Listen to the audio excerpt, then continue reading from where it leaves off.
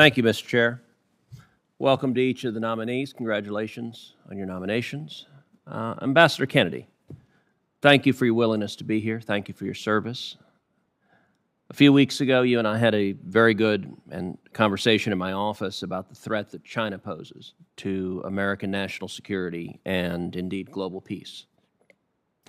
Our efforts to counter China have been institutionalized in a number of frameworks, and in recent years in the Quad with Australia, India, Japan, and the United States.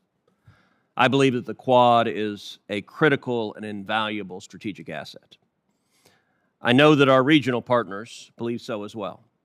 On Saturday, Australia and India signed an interim trade deal to reduce dependence on Chinese supply lines. It was rightly hailed on all sides as a major accomplishment of the Quad framework. I'd like to get your views on that issue and the role you envision the Quad playing and Australia within the Quad.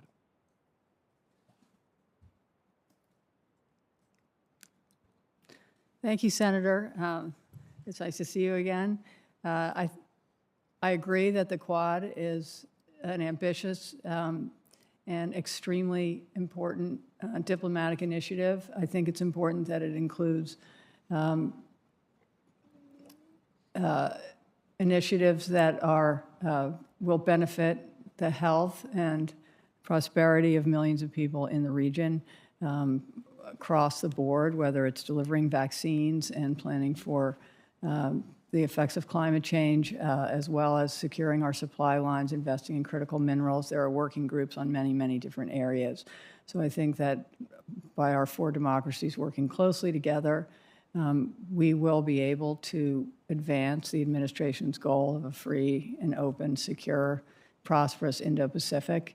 We also have the AUKUS partnership, which is an incredibly important security initiative, which is being developed as well, and I think that will also help secure the region and for years to come.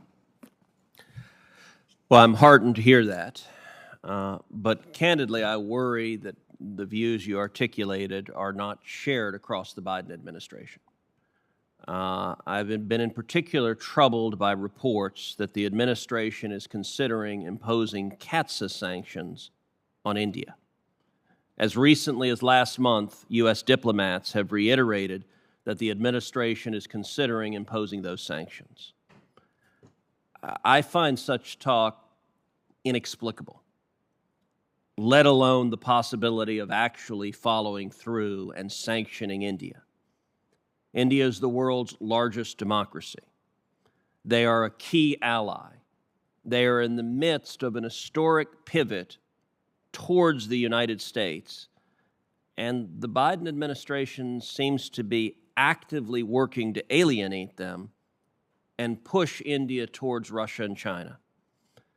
Ambassador Kennedy, you just said rightly that you consider an important part of your job strengthening the Quad.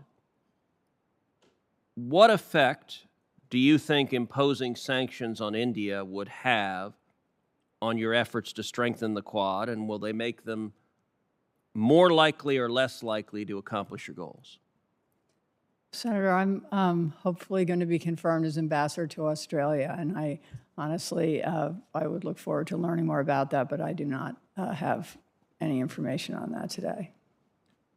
So you don't have any views on whether the United States sanctioning India would make it harder for the Quad to work together effectively?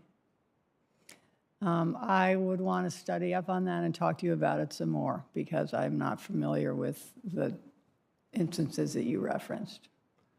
Well, I will say we have all agreed the Quad was a major strategic step forward, and an alliance between Australia, India, Japan, and the United States is a critical way to press back on China. And if the Biden administration decides instead to treat India as a hostile country subject to sanctions, it would be spectacularly foolish.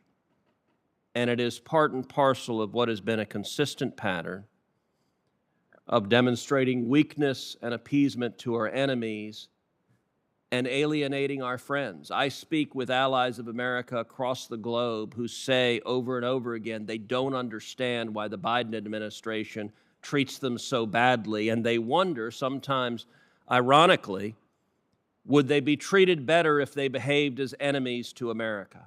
And if you are confirmed, I hope that you serve as a voice of reason in this administration and counsel against the Biden administration sanctioning important allies of America, such as India.